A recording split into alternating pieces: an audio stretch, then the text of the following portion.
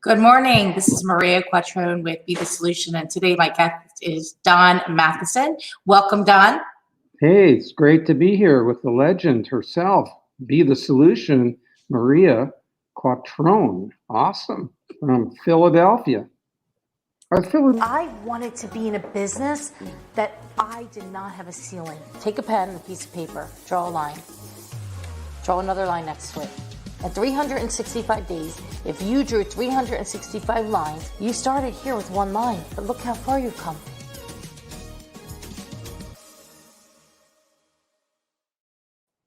Good morning, Don from Scottsdale, Arizona. How are you this morning?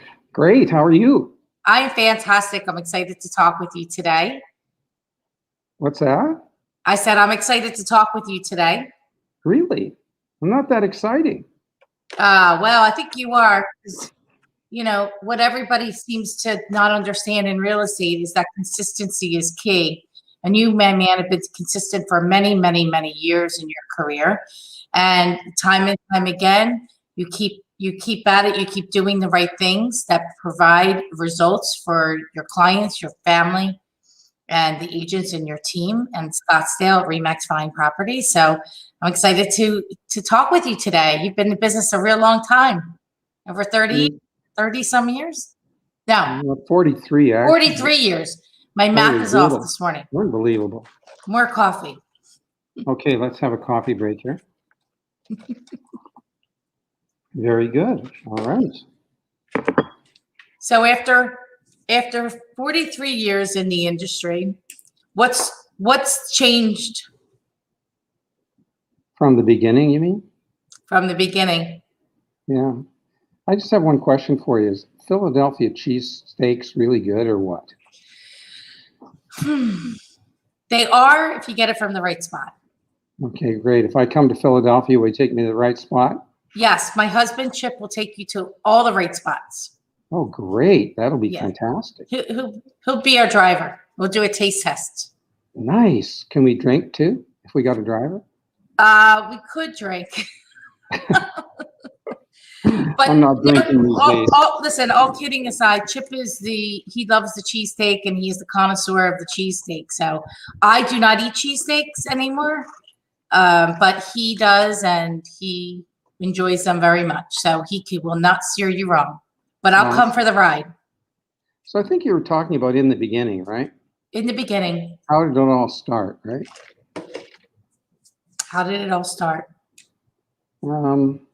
Started in 1977 when I got my first real estate license, and it was really tough. We had no MLS system then, no cellular phones, nothing like that. And so, you know, I had to try to figure out. The sales training was, I went to the office, the sales manager took me to the window and he said, "Look out the window." And I said, "Yeah." What? He said, "What do you see?" I said, "I see rooftops."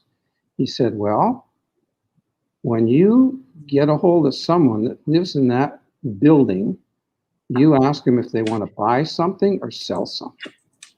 And there's the phone. And we had crisscross directories back then, you know, a huge book.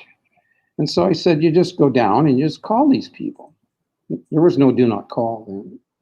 So I started out and that wasn't going very well. And then I drove through this one neighborhood and I saw this was sale by owner sign. And so fortunately for me, I badgered this guy. He was tough.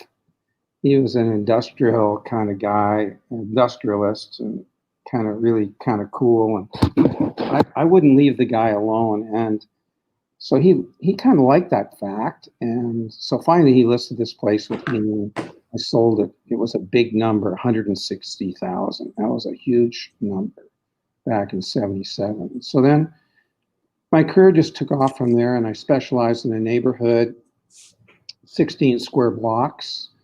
And because there was no MLS then, I would drive up and down after dinner, 16 square blocks, crisscross, one way, east, west, north, south. And I'd write down any of the new real estate signs I saw. And I'd go, oh, there's Maria Quattrone's real estate sign. I'd call you up, say, hey, Maria, Don Matheson calling. I just wondered if you're cooperating on that listing. And you would go, well, Don, you know, I'm not for the next couple weeks. I got a few buyers I want to show, right? So it was all exclusive back then. And, but I kept track of the inventory. I ran these big newspaper ads that said I was the Kitsilano specialist, which was a beach district in Vancouver. And in short order, in about 3 years, I sold more real estate in that 16 square blocks than all the other real estate agents and companies combined. So that's kind of how I started. And what do you attribute that to? You know, that's a really good question. And I asked my small mastermind group, we were talking about this question not too long ago, and what has made everyone in our group successful. And it was really interesting that every person in our mastermind group had a job when they were very, very young. They cut grass, they delivered newspapers, they did odd jobs for their allowance, that kind of thing. And so from a very, very early age, like, you know, maybe early teens, even before teens, they all worked. And, you know, and I always worked too, you know, like we were very blue collar, maybe lower blue collar. We didn't have a lot of money, so you had to go out and make your own money. And so I think that that's one thing that's very motivating is work ethic. You know, there's no substitute for effort. And in Carol Dweck's book, Mindset, she talks about that. You know, she talks about the fixed mindset and as opposed to the opposite of fixed mindset. And, you know, effort can trump lazy talent all the time. I mean, you certainly have to have some talent and effort, but, you know, it just really makes a big difference when you got a lot of effort. And, you know, you're not going to give up. Like, I played sports and I played on losing teams and I played on winning teams. And, you know, I remember one time I played on one of the hockey teams and I was the last cut. It was very disappointing to me. Like, I was really disappointed. And so I just moved up an age category to play with older boys then. And the younger boys on the traveling team played the older boys. And so we ended up playing the team I got cut from. And it really made me feel good because the coach came up to me on the team that cut me. He said, you know, son, I'm really sad that I cut you. I obviously made a mistake because your effort tonight was awesome. And he said, you're going to go a long way with a great amount of effort. So I think it's really a lot of effort. And, you know, and I remember back in 81, 82, when real estate mortgage rates were in the 20% range in Canada. They're lower here in America, but they're higher. And during that time frame, I think it was the month of August in 81 or 82, I sold 5% of all the homes that sold on the MLS system. And there was, back then, not many agents. There was maybe 6,800. And I think the other thing that I always try to do is I try to be there's times to be on wide angle. So you want to increase your field of vision, right? And then there's a time to be on funnel vision, I call it. In other words, laser focus. And so back then, I came up with this theory why real estate was going to drop 50%.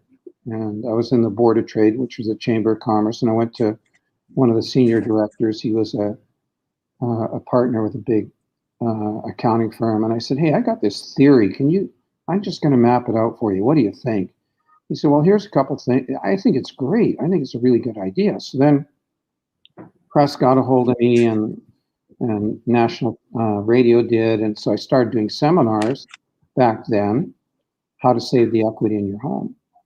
And I did it in neighborhood centers.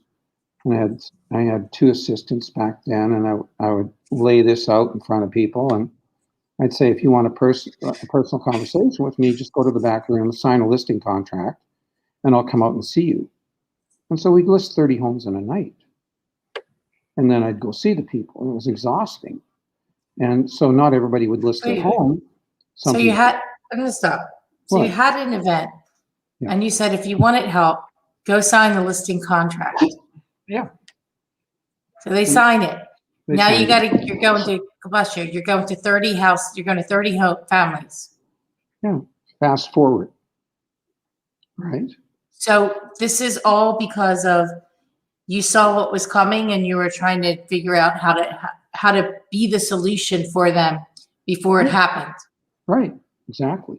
Mhm. And so, not all the properties what I list for sale. I mean, I'd go to talk to people and meet them, and it was completely optional. The listing contracts are very simple, and I would say this listing contract is completely cancelable by you after the meeting, right?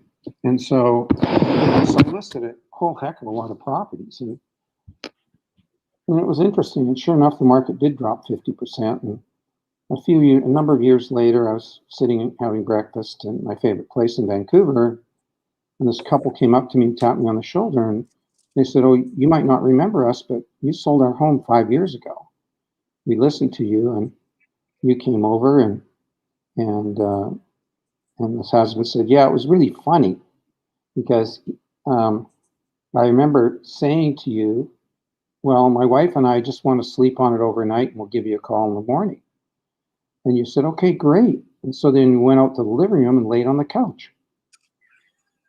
And so we said, well, what are you doing? And and I remember you saying to me, well, I want to be here when you wake up.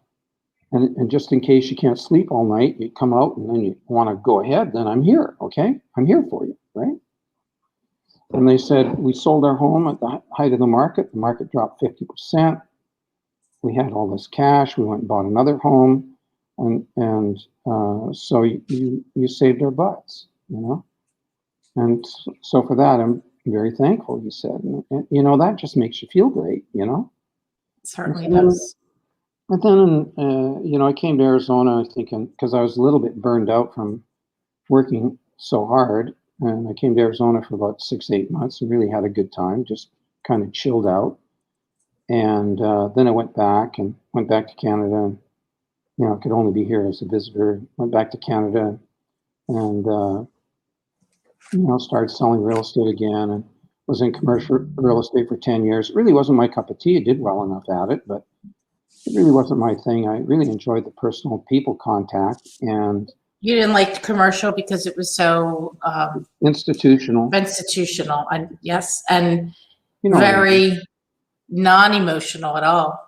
Yeah, and you'd go see pension funds and things like that, and these people were paid to see you. They didn't want to see you. You're a pain in the butt to them. So Were you doing it in industrial or yeah, mainly commercial and industrial, not office. I did a little bit of leasing. That was okay, but put deals together, assembled some land packages for developers, that kind of thing. Mm-hmm. It was really interesting. I really enjoyed it. The people were really great. But I just missed the people contact, the one-on-one personal touch of it, and went back to residential. And then a very interesting thing happened. It turned out my grandfather was an American citizen, so my dad could get a passport because he was the eldest son of a U.S. citizen. And so I thought, I'm kind of hot shit here in Vancouver, like I can walk into any restaurant, I can get a table, and I'm big time, And I thought, I want to go to America. I want to go where the action is. I want to go where the best competitors are. I mean, I see John Candy and all these famous Canadian actors and comedians and rock bands and all that kind of stuff. Vancouver's hotbed for all that kind of stuff. And I see them go to America, and I go, well, God damn, if they can be so successful in America, maybe I can too. I think I can.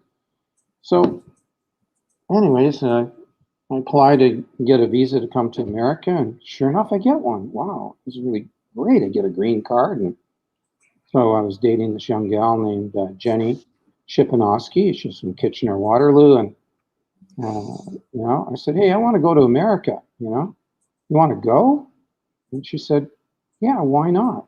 So I was asking her not too long ago, I said, well, what do you think about when I asked you if you want to go to America? And she said, well, I figured I could always come back if it didn't work out and you could stay there or whatever, right? And so, sure enough, and she just finished her economics degree at University of British Columbia. And lo and behold, she got a scholarship to ASU and another university here. So great, we come down here and that's all well and good. And, I made a bit of money in a stock deal called Brex, which that's another story for another day. So, had a few bucks. After about a year and a half, we were renting a place. We had no credit rating, couldn't buy a place. So after about a year and a half, we ran out of money. And so couldn't pay the rent, couldn't pay Jenny's car payment. My car was completely paid off, so it wasn't a problem. So then had to call my younger brother up, who's a very successful guy in Calgary, Don Matheson. And I said, hey, Rod, I just want to ask you a favor. He said, what's that? I said, I don't have any money. He said, well, that's not a problem. So he got his private banker on the phone. He says, hey, I got my brother on the phone. He needs some money.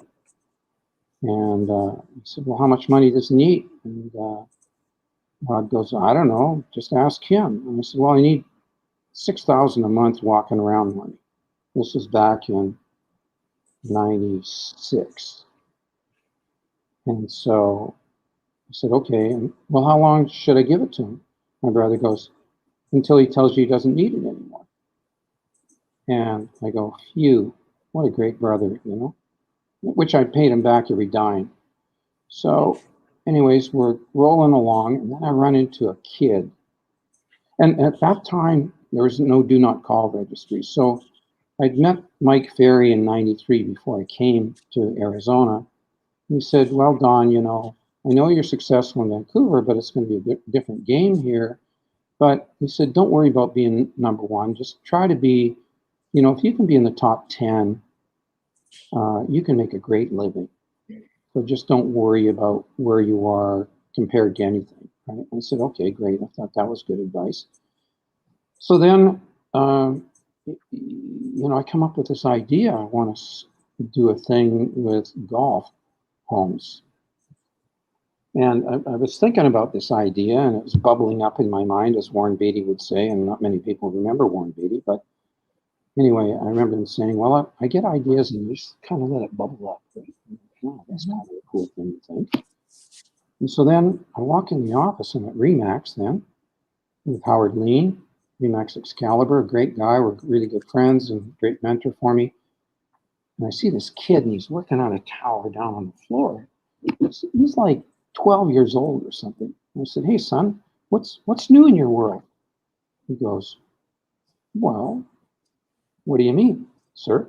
I go, well, it's Don, not sir, but anyway, go ahead. What's new? He said, well, the internet, the World Wide Web. I said, the what? He said, the World Wide Web, the internet. Have you heard of the internet? I said, no, tell me about the internet. He goes, well, if you have a website, what's that? He said, well, you can advertise your listings 24 hours a day, 7 days a week for free. I go, for what? Free? How does that work? He said, well, the other thing you can do is send mail to people for free. I go, oh my God, how does that work? Well, you just send it electronically. I go, this is fantastic. I said, how do I get one of them things? He said, well, you have to have a website. I go, a website? Well, how can I get one of those? He said, well, I could make you one. I go, oh, great. Perfect. Well, make me one. Well, it's going to cost you. I said, well, how much is it going to cost me? This kid's 12 years old, $1,500. Like at that point, I'm functionally broke. Hey, Rod, it's Don here. All right. I got this kid that told me about this thing called the internet, the World Wide Web, and email. Rod, he can build me a website. This is going to be fantastic. Yeah, that email, it'll never last. It's internet stuff, forget it. So I start my first website called AZ Golf Homes. And there wasn't a lot of traffic out there then. And all of a sudden I'm getting all these inquiries and it's coming in HTML, you know, the big printing and that kind of stuff. It's kind of crazy. So then I was focusing on getting listings on it, prospecting every day. And I had too many buyers. So get a buyer's agent, right? Woman in the office, she's taking people out and selling lots of homes. This is really good. And so now, you know, I'm rolling kind of along, and two other guys in my office prospecting. One guy's got 2 phones going, you know, he's a maniac. And so we're all in like very thing. So I said to him, we were making about 100,000 back then. I said, you know, you guys, we could make another $100,000 a year easily. And he said, what do you mean? Well, we just have to sell 3 more properties. How are we going to make $100,000 selling 3 more properties? They have to be $1 million each. We go $1 million each, and we were selling homes for 165, 185,000, right? 200,000 back then. And so my vision was that I would sell $1 million properties. And so the other guys are still selling, you know, proportionate values. And so I moved my price point up. And at the same time, a really fortuitous thing happened is my wife calls me up and said, hey, I got this email. It might be junk mail. You better check it out. I said, okay, what does it say? It said ScottsdaleRealEstate.com for sale. So I called the guy up. I said, hey, it's Don Matheson, you know, is this really true? You're selling ScottsdaleRealEstate.com? He said, yes, I am. I said, oh, great. Well, okay, then I'll buy it. He goes, no, it's up for bid. I said, well, no, you don't understand. I'm a buyer, not a bidder, okay? I said, what's your highest bid? He said, $12,000. I said, okay. That's great. Well, I said, listen, I'm going to phone my attorney, David Goldstein, and I'm going to have him check this out and make sure it's all, you know, not a dead site. It hasn't been ruined by you. And every hour I'd call the guy up. Hey, listen, I'm working on it. Don't sell it to anybody. I'm the buyer. Okay. So this goes on for 24 hours, calling every hour. He said, well, what's your bid? I said, what's your highest bid? 18,000. He said, well, that's all right, all well and good, but I'm the buyer. Okay. I'm going to buy it. I said, okay. So then about 2 o'clock the next afternoon, I'm phoning up. David Goldstein called me and said, hey, we're all good. Okay. You can buy that. It's clean, everything like that. Phone the guy up. I said, okay. I said, I'm ready to buy it now. My attorney's given me the green light, and I'll buy it. He said, well, what's your bid? I said, what's your highest bid? He said, $22,000. I said, I'll give you $65,000. $65,000? Are you crazy? I said, no. I said, the money will be at my attorney's office. I want you to meet there at 5 o'clock. This is the address. And he will give you a trust check for $65,000. He will sign the paperwork and turn it over to me. He said, okay.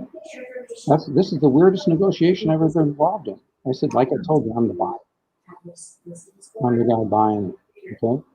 So he shows up, we change hands, and so now I got ScottsdaleRealEstate.com. AZ Golf Homes is perking along, so that's a good thing. And so now to this day, we got a couple other stuff. So then I figure, well, maybe I should see what other web URLs are available. So then I go and I got about 50 of them for various different communities in the metro area that are just all parked in case I want to use it someday. I don't know why, but I just thought I should park them. So now flash forward to today, and we get about just off ScottsdaleRealEstate.com, we get about 80 to 100 people fill out a form, contact, email addresses, and phone numbers. Now, you know, it's just like anything else. I mean, it's about 4 to 6%. Right? So you have to follow up diligently. So what you do? To that end, we were lucky enough to move into a community called DC Ranch, and I became part of the interclub team. So I ended up with AZ Golf Homes selling people homes in all the different golf communities. So I knew them really well. how the golf course played, how the what the memberships cost, what the culture was like, what the food was like, all that kind of stuff. So when someone would reach out to me, I could say, hey, here's what you can expect demographically. Here's what you can expect food-wise. Here's what you can expect the condition of the golf course. Here's what you can expect. And some people would call me, like one guy sold him 13 homes. He contacted me very early on with golf homes. His wife did, and within minutes I called him back. And she said, "Wow, I just filled out your form." I said, "Yeah, well, I just want to know I'm paying attention." So she asked me a few questions, and then the husband yells in the background, "Ask him what his handicap is. He can't play golf. I don't want to talk to him." I said, "Well, it's not that great, but it's 6, you know." And I've been consistent at that, 4 and 7 kind of thing for a long time. So he said, "Okay, I'll talk to him." And that led to 13 transactions with this one guy. And he's my neighbor. He lives about 2 blocks from me in DC Range. So that's kind of where we went. We kept, and then a very interesting thing happened back in 2006. The market shifted. Okay. This woman says, "Listen, I want to come and work with you. I just got my real estate license. I want to sell $1 million homes." I said, "That's all well and good. There's not a lot of $1 million homes selling right now. As a matter of fact, the market's going downhill." And I looked at her resume, and she worked at Fannie Mae once a long time ago. She MBA, CPA, very bright woman, very indebted to her. She moved actually to DC, super nice person. And I said, "Well, I want you to call Fannie Mae and see if you know anybody there. See if you can get us in the door, because there's foreclosures everywhere." We were the epicenter of foreclosures. So every time I came in and out of the office, like she just punked herself down one day. I said, "I don't want to have you here." She came in, sat at the office, and she said, "I'm here." I said, "No, I told you, come. I don't want you working here, okay? I don't need another person on the team, okay? It's complicated." She said, "I'm here." So then I saw the resume, and I saw Fannie Mae, and so every time I'd walk by her desk, I'd go, "Janet, call Fannie Mae." So I'm not calling her. No, Janet, I must have said that to her 40 times. I come in the office, I said, "Janet, call Fannie Mae." "Okay, I did." "What happened?" Well, the person that I knew that was very high up, because she was pretty high up, had left, but she gave me a name of another person. So I called that person. They want to know, they want to see your financials, they want to see a lot of stuff. Can we put that together and send it? So we did.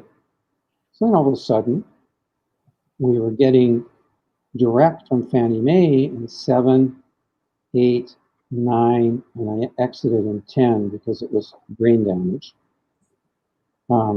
We were doing 550 homes a year, selling 550 homes a year. Was that 2008? 8, 9, and then we tapered off. I think we only sold 300, and Angela could tell you, she keeps all the numbers, but I think we only sold maybe 310 when we exited. But we still paid attention to our regular business, our regular clientele, that kind of stuff. We didn't forget them or abandon them. And it was interesting because we had 3 young women working for us. One of the young ladies, all she did for 40 hours a week was turn on and off utilities. She turned on water, gas, electric. Water, gas, electric on, water, gas, electric off. And if you're carrying 75 to 100 listings, and you're selling on average 45 to 50 a month, and that's times 3, so you're getting 50 new ones and 50 old ones. So now that's 100, so you got 300 ons and offs, okay? Mm-hmm. And then you pass the file to the next person and the next person. It was crazy. And then, so that ended, and I was happy that ended, and Janet's husband took over the business, and there wasn't much left of it back then, because we kind of exhausted, and we got all cleaned up. And then we're off and rolling again. But, you know, again, we just tried to stay consistent and tried to figure out new ways of doing things that were old things, you know? And I think that right now, I mean, we shifted again because everybody's complaining about there's no inventory, there's no inventory. And In what way have you shifted? well, I'm always on constant learning mode. Okay. Fortunately enough, and I'll tell you who'd be a great guest for you is Ivy Zellman. Do you know Ivy? Well, No. well, you can YouTube her, but Ivy and I are pretty friendly. And, Ivy Zellman? Zelman. She's a fascinating individual. She speaks, keynote speaker at a lot of things. She's regarded as the most eminent and knowledgeable real estate analyst in America. And she's just the nicest person ever.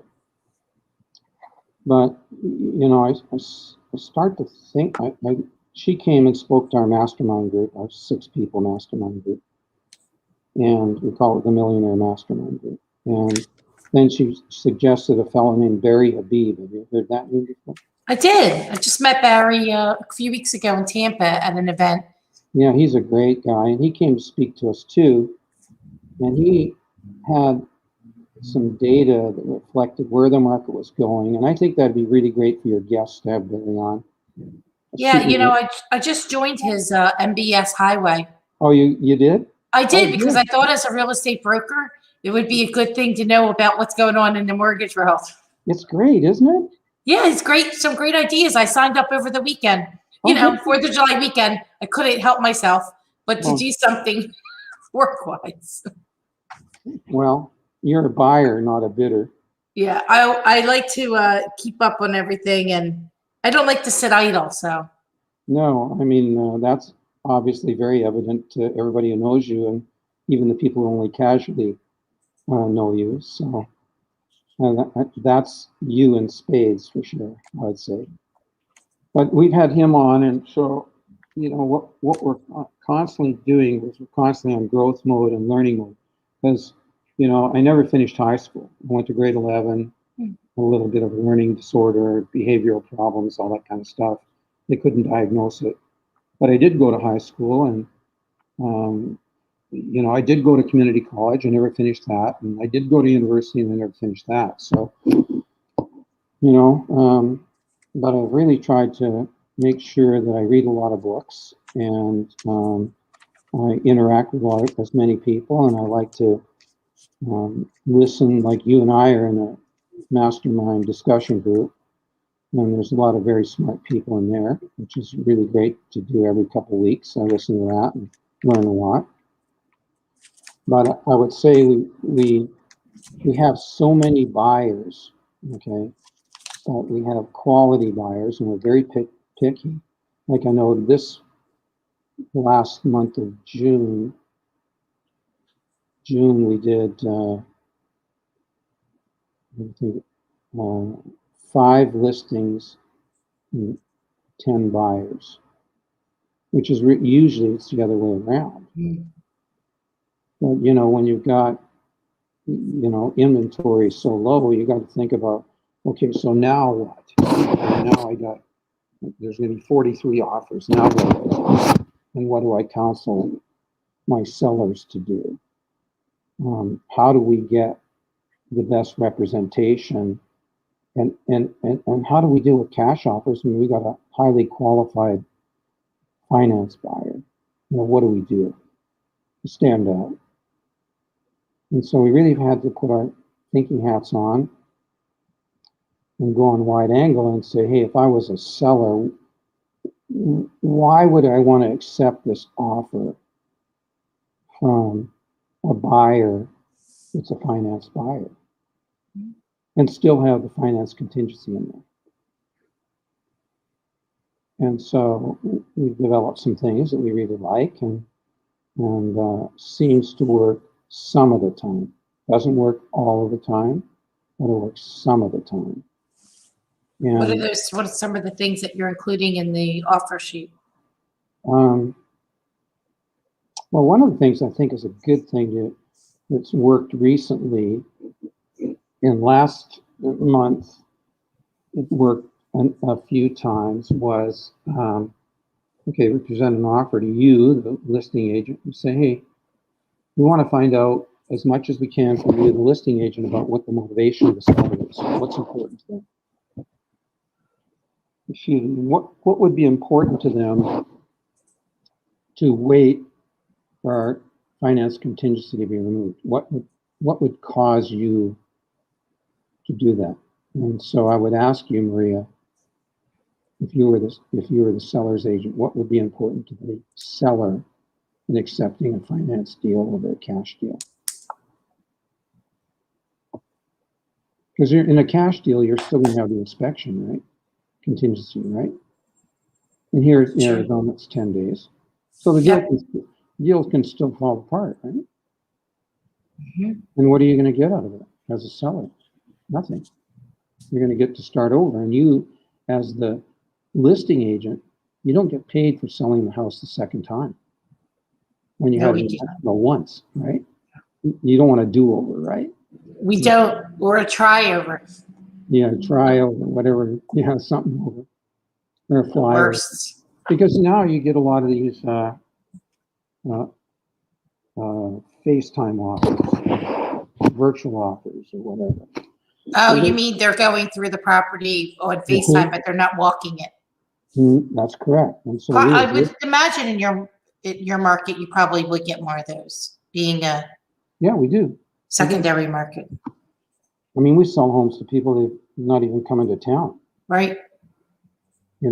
That's a lot of pressure and stress. But one of the things we go and we say, we had a few recently, and we say, hey, Maria, okay, the property is X, whatever it is. If we were to give you, write you a check, your seller a check for $5,000, if you accept this offer and we don't get it back, you get it. Would you wait 30 days? Because at the end of the day, whatever offer you're going to get, or whatever the amount is, right? Whatever the offer you're going to get is still going to have an inspection contingencies, as ours is. But we're so confident we're going to get our financing. Now, if the house is horrible and it's falling apart, then we certainly want the right to be able to ask you for repairs.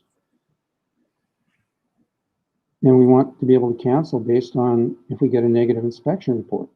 We're not concerned about the financing. We are so not concerned about it that we're going to give you money, hard money up front. And I don't know if the cash offers are giving you hard money up front, are they? Well, no, Don. Okay, we're different. We're confident. And my lender, who's Kelly Zitlow here, who's really fabulous. She also will call, and a lot of lenders will call the listing agent and say, hey, listen, here's where I got these people to. They're completely underwritten. So when Don's telling you it's not a problem with the financing, listen, it is not a problem. We don't anticipate anything. We've got every document we need on that buyer. We're ready to go. Plus, you're going to get hard money. And, so that can be effective. I think the other thing that we're doing is we're kind of shifting a little bit, because I think we've done we have a lot of opportunity for growth, I think, and growth in what we do. I think some things we do really well, and some things we're not doing well.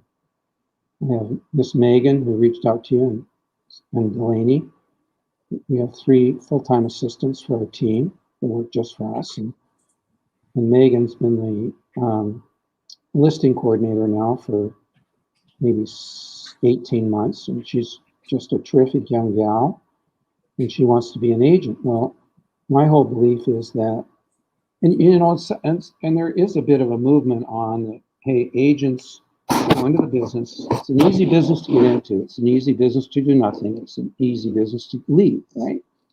And so the turnover rate is really high. So my belief is that as a more experienced agent, and I've been, my runway in life is a lot shorter than yours. And so my belief is that one of the things that I focus on it for my team, and other people come to me, and I'm very happy to talk to them too, is to every day make their lives better.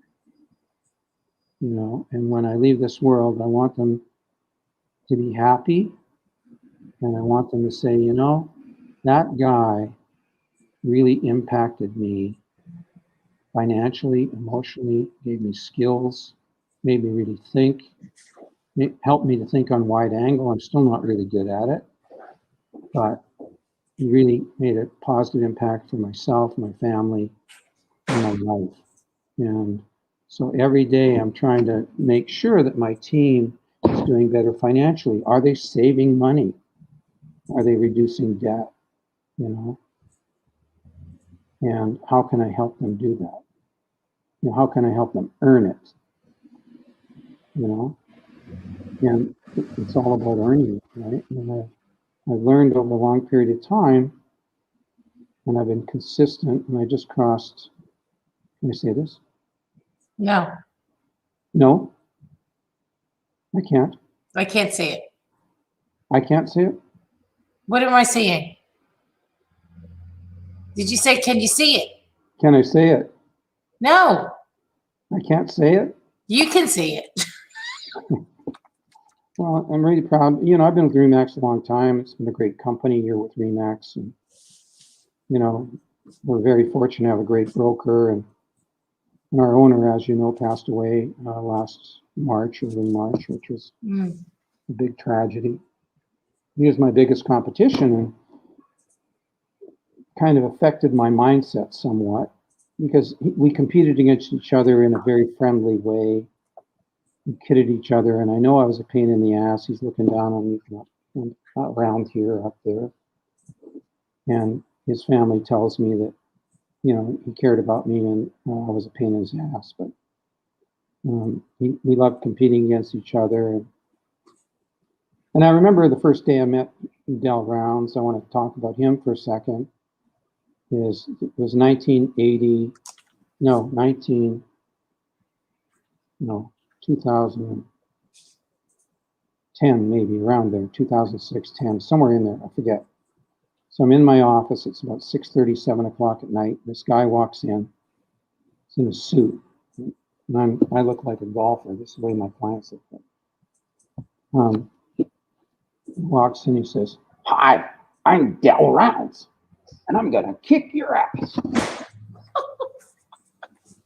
And I go, "Awesome, it's really nice to meet you, Del Rounds. I just want to tell you one thing." "What?" What do you want to call? "I'm going to be the first person to stand up, shake your hand, and tell you, good job, Del Rounds. I'm very proud that you kicked my ass." Like it took him 10 years. Oh my gosh. It took him 10 years. And it was great. And sure enough, they had this awards thing, and I stood up and I said, "First thing I want to say," they usually let me speak for 2 minutes, not like you. And they say, "Well, you got anything to say?" And I said, "Yeah, well, this year I want to say something." And I told the story about Del Rounds. And they said, "I just want to be the first to congratulate Del for a great year and for kicking my ass. But it's not going to happen again, okay? I just want to tell you that." And so we had a lot of great laughs, and I miss him dearly. And so I had to recover from that mentally, actually, because we went from fun competition with someone who motivated you to now what? Right. And so that was a tough time for a few weeks, and because my window faced the parking lot, and so I'd see him running back and forth and always carry a bunch of files and stuff. He was always moving, very fit young guy. Yeah, so then I had to reshift my thinking to now what, And it really came down to, at the end of the day, I only compete against myself. So true. I don't measure against other people. People say, "Well, wow, you're number one in the office. And I go, well, that's not important. It's important that I did a better job every day, you know, that I was constantly improving myself. I was constantly, like at 7:30, I have script practice with a young lady from Marlene Reitzman from California. She's a Remax agent as well. So we have role play practice every week. There's about 40 of us in it, various companies, and it's really great. And, just constantly working on my skill set, and trying to, we all have fears, you have fears of this or fears of rejection or whatever. And I asked myself the other day, I said, what brought me to the party in the beginning? What brought me to the party? And what am I not doing that I was doing that got me off to a good start? And I look at it and I say, my start was a for sale by owner. And I go, I wonder why I'm not calling you. And so for my last 3 role play partners, Monday to Friday, we practiced calling for sale by owners. So I said to Marlene yesterday, I said, okay, why don't we make a commitment to call 5 of them? Right? And she said, okay, you're on. And she's really a great role play partner, very, very funny. And I said, okay, I'm going to call 5 of them. So you kind of, okay, well, like I got to go get another coffee and I'm going to do this and I'm going to do that, right? So I go, okay. And I got a little egg timer on my desk because I have trouble concentrating. So I set my egg timer for 20 minutes. It looks like a little tomato. So I said, okay, here I go. Okay, I'm ready. All right, got my script book in front of me and I'm going to call them up. Can't believe it. I got 2 go-sees. First lady talked to me for 14 minutes. I had some that hung up on me, of course, and weren't interested, obviously. So they don't need my help, and I'm good with that. But at the end of the day, if I can go see 2 to 4 of those people a week, and they're all in a certain price point, and there were so many of them, I couldn't believe how many there were. I was shocked, right? And guess what a for sale by owner wants to do when Maria Quattrone calls? Sell their house. She wants to sell her house and she wants to talk to you about it, right? What a nice house it is and all that kind of stuff, right? So, always shifting. And so if there's not, there are a lot of sellers out there. You just have to go out and find them and manufacture them and think about it and think about who might be an not so obvious person that would be selling their home. Obvious, but not obvious. And how can I identify them? And that's connecting the dots, or that's random thinking, or, sometimes just like in the mornings, I go out and saw where I sit every morning for, well, I'm out there. I think I went back to bed here. But, at the end of the day, I sit there and try to think about who can I impact today? Who could be a point of impact for me? Who? And I just kind of let my mind wander. I just meditate, wander, whatever you want to call it. And I always come up with somebody that I should be calling. The other thing I haven't done very well is I haven't done a really good job of staying in touch with my past clients. And the interesting thing is 80% of all the agents in America haven't done a good job either. So, if you're talking about a fellow who's been consistent, making over $1 million a year in commissions for 15 years in a row or more in commissions, which I'll talk about a little bit on that. But, if I'm not calling them, think of all the other agents that aren't. And the interesting thing, NAR has, what's the statistic with NAR, Maria? It's what, 70 or 80% of home sellers don't use the same agent they bought the home with? Simply because they didn't keep in touch. No, they didn't, and you don't have to do much. And so I had this, I've been working on that for the last month, and the great fear is, oh my God, they're not even gonna remember me. Yeah. Do you use video? Yes, I do, and I really like it. Are you sending the video to them Yes, through I do. the database? Yeah, through the CRM, which Which one do you use? Follow Up Boss. It's got BombBomb embedded in it. We use Follow Up Boss. Yeah, Steve Passanelli is a really great guy too. Do you know Steve? I do not. That's a name you should reach out, and if you have a problem, just call me. He's a good friend. He was a very senior guy at Realtor.com. He was Errol Samuelson's right-hand man at Realtor.com, top producer. And then he went to BombBomb. And that's a great guy. But anyway, I really like the whole thing.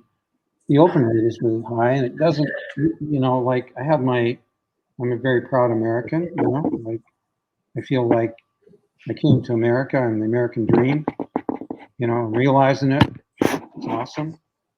America's given me a lot of great privileges and that kind of thing. And so I really feel I have to give back to America too, volunteering, try to volunteer, and we try to, just like everybody else, give a little bit of money here and there and that kind of thing. But I can honestly tell you that when,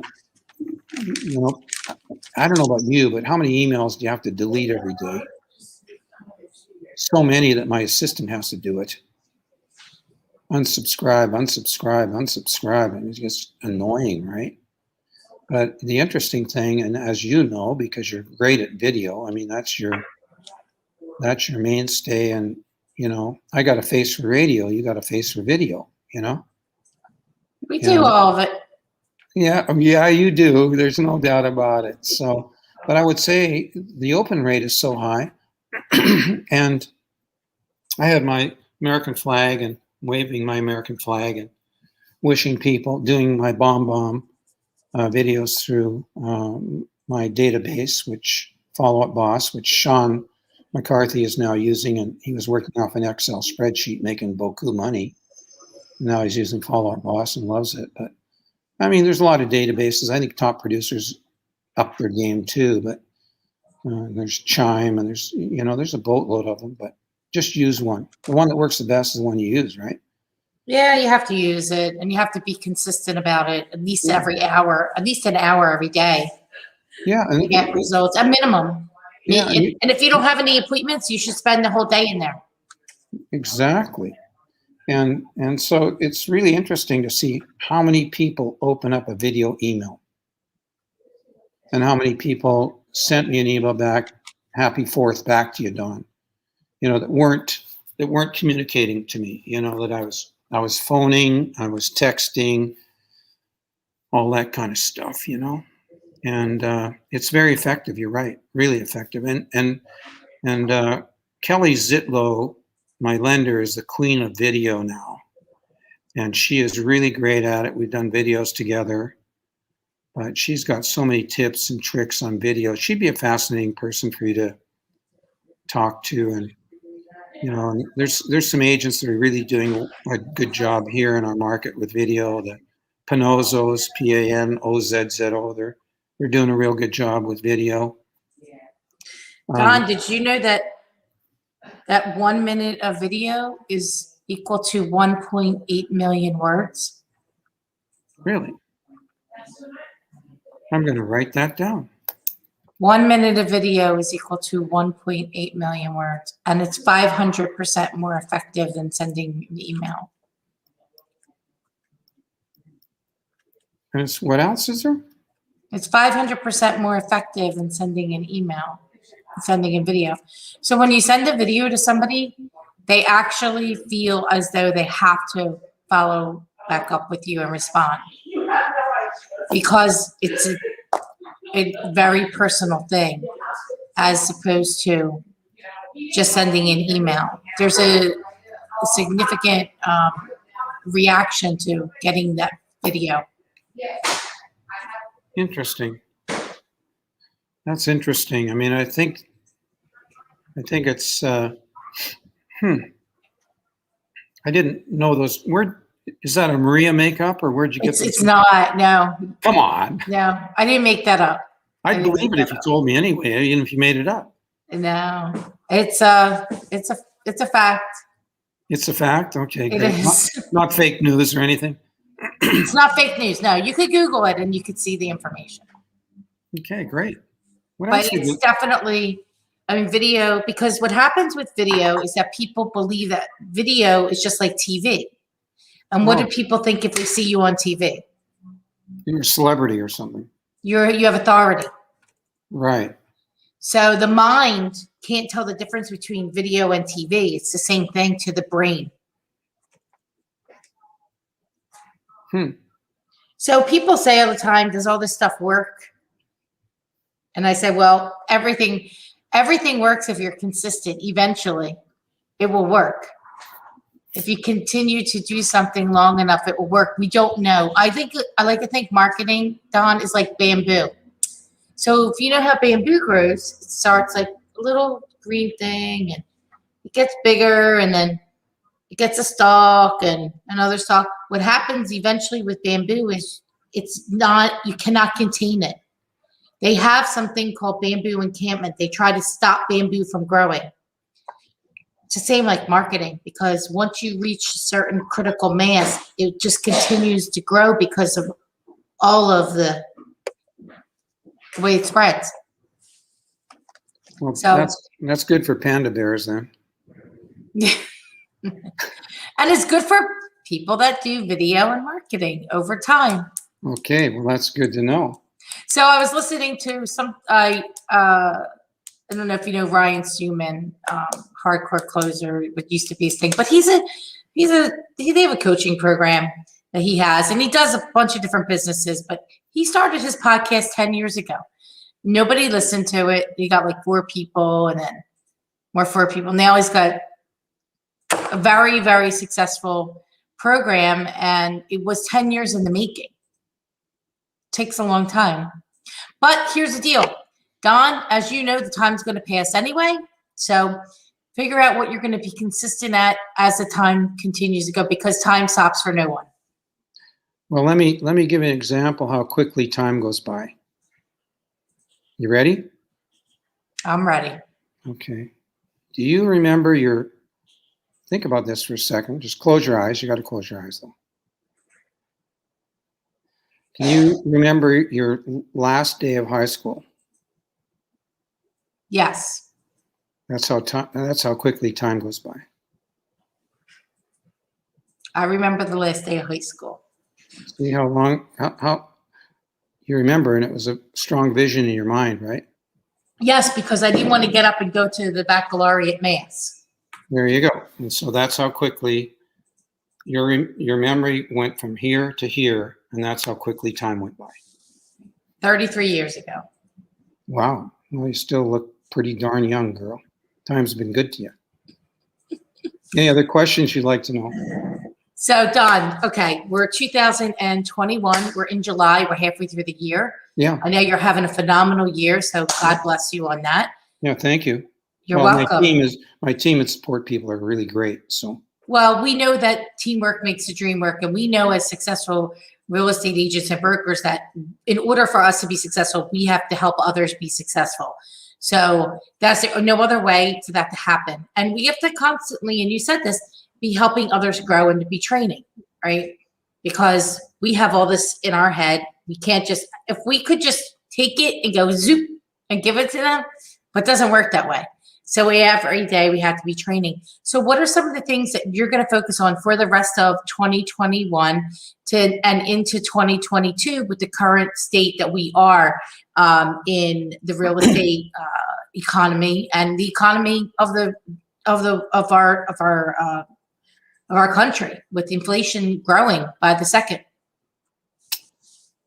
Well, I think I'm just going to focus on my own skill set more than ever before, because you can't run as fast as you used to be able to. You can't burn up a lot of energy like you used to be able to. So by improving your skill set, you can improve your effectiveness. Mhm. And I would say that's one of the things that I'm focused on, and helping my team improve their skill set so that they can be more effective in their lives. And because, people ask me when I'm going to retire, and when it's no longer a game, right? That's what Gordie Howe, the greatest hockey player, with, well, Wayne and Gordie, okay, but he said he played in 5 decades, but when are you going to retire, Gordie? When it's no longer a game. And so for me, you get to the point where you're financially not bad and it's still a game. So how can I, if I look at myself like a professional athlete, what does a professional athlete do? Well, they practice, they try to constantly improve their skill set. They try to look at ways they can improve their physical strength and their mental strength, right? So that's what I'm focused on. On a national basis, I can't impact that. I can't have any impact on who our president is, anything on the national stage. The only thing I can impact is my community, which I'm on the board of our HOA. I chair the modification committee. I can make an impact there. My voice can be heard. In my city to a certain extent. So I try to be as involved, and I was on the board of the Scottsdale Chamber for 10 years or so. So, those kinds of things I can be impactful. I think I want to try to make sure that I have the right contacts in place, both persons like yourself who impact a lot of people that I can call on and say, hey, Maria, do you know this person? Can you put me in touch with this person? Can you help me? I think the other thing that I want to make sure of is that, I think when people come to town and buy a place with me, I tell people, or my team, I say, if you're just looking for someone to put a key in the door and open the door for you and let you in to take a look at the house, we're absolutely the wrong agent. If you want somebody that's going to hook you up with a doctor, hook you up with a dentist, hook you up with an accountant, hook you up with, like, sometimes I take people around to show them where shopping is, because we sell lifestyle. No doubt. So again, it boils down to can we make lifestyle better for as many people as we can, and I think that's what my main focus is. So I don't know if that answered your question, but. No, it absolutely does. And I think that's about being, instead of going wide angled, is to go laser focused. Yes. And really focusing on the basic things and making those things as efficient as you can, and just getting better at it. And I don't think we ever arrive. People think they've arrived, and then that's like the worst thing to actually think that you have, because there's no such thing. Well, you're constantly going a big circle. Right? We're always want to be better. Well, I don't know, everybody, you and I, because we're the only ones here today, always want to be better and learn more, and how do we do things better and more efficiently. And times are changing. I mean, so many things are the same, but so many things have changed. So we have to be able to roll with that as well, and just continue to do the best that we can every single day. And you know what they say, wherever you go, there you are. That's where you are. That's right. I love when people say, I want to move to Florida because my life's going to be so much better there. I go, well, if you're there, it's up to you. Yeah, it's up to you. I don't know if you read the book Mindset by Carol Dweck, but it's... No, but I wrote it down because you said that in the beginning. I'm going to get that book. And I'm doing the intermittent fasting right now because I got COVID-20. Oh, how are you doing? 20 pounds, you know. Oh, 20 pounds. So I'm doing that intermittent fasting. I'll tell you, it's the easiest thing in the world. I will tell you, I've been watching the way that my body responds to food lately. And I could tell sometimes when I'm eating certain things, I'm like, oh my God, I wish I didn't just eat that. And it's not sugar or anything. It's more, could be like Oreo cookies. No, I don't eat. I'm gluten free, so I don't eat cookies or That's a good anything like that. thing. But it's more like I had sushi, for example, last week, and that had obviously it had rice. So the rice made me feel really, really sick, like horrible. So I'm trying to stay away from basically all carbohydrates that aren't like sweet potatoes or yeah, mainly most of them. There's another good book on that called Feast, Fast, Repeat. That's what it's called. Mm. I don't know why I picked it up, but I just started doing it because for me, diets don't work. And I don't want to follow a diet. I want to eat whatever feels good, right? Yeah, whatever feels good. You have to really listen to your body. Exactly. And I've been really listening. And That's you know, good. one of the things that I do, which is why I don't have very many or hardly any wrinkles, is because I drink so much water. I went to my doctor's the other day because I've been doing this intermittent fasting and watching what I eat, and all my blood work was so much better because I have, high cholesterol, high triglycerides, and all that kind of stuff. But I just got to say, it really kind of headed in the right direction at the moment. So I want to be around for another 100,000 miles or so. Well, I believe that you will be. Don, it was a pleasure talking with you today. I loved hearing your story. It's fabulous. I hope to see you in wherever that is in September. Oh, yeah. Island. Yeah, I signed up for that. I booked my hotel room, which that was a challenge, but managed. Thank you, Howard. Howard Goldberg. The incredible Howard Goldberg. Anyways, he nursed me through that exercise. So that was good. So oh boy, should be good. I always like to go because of the people. It's all about the people. Everywhere you go. You know what else should be good is there's a luxury with Ann Miller coming up in Scottsdale, I think in October. Oh. You should come to that. Be good. That's right. Ann Miller does that. Yeah, and I can entertain you. Scottsdale. Oh, I love Scottsdale. Haven't been there in years. My sister lived there for a few years, and I would go visit. Oh, it's great, awesome. Great town. She lived in a community called Quattrone. Oh yeah, that's just 5 minutes up the road. Yeah, it was great. We're in DC Ranch. Whoops, DC Ranch. Okay, so there was a little place we went to. It was a bar, restaurant, and people would ride up on the horses. Greasewood Flats. Oh yeah, it's sadly it's gone now. Oh, that was so fun. I know, really fun, and they had the cowboy singer. Yeah, and they had a guy there who did caricatures. Oh yeah, for sure. It was a great time. I'm going back like, oh gosh, must be 15 years ago, but yeah, I remember that place. It was fun. The fellow that owned it, he passed away, and his family had to sell it because there was all this taxes, right? Yeah. It's always taxes, right? Always. Well, there's only, two things for sure. There you go. Death and taxes. But Don, I appreciate you. I appreciate you being on Be the Solution. You keep on being the solution for your team and your family and your clients, and you make it a great rest of the year. And I will talk with you real soon. You bet. And if I can help you ever, let me know. If I can help you with any of those phone numbers of the people, let me know. I will. I'll be reaching out. Okay. Thanks for having me on. I really appreciate you. Thank you. Thank you. See you. Bye. You too.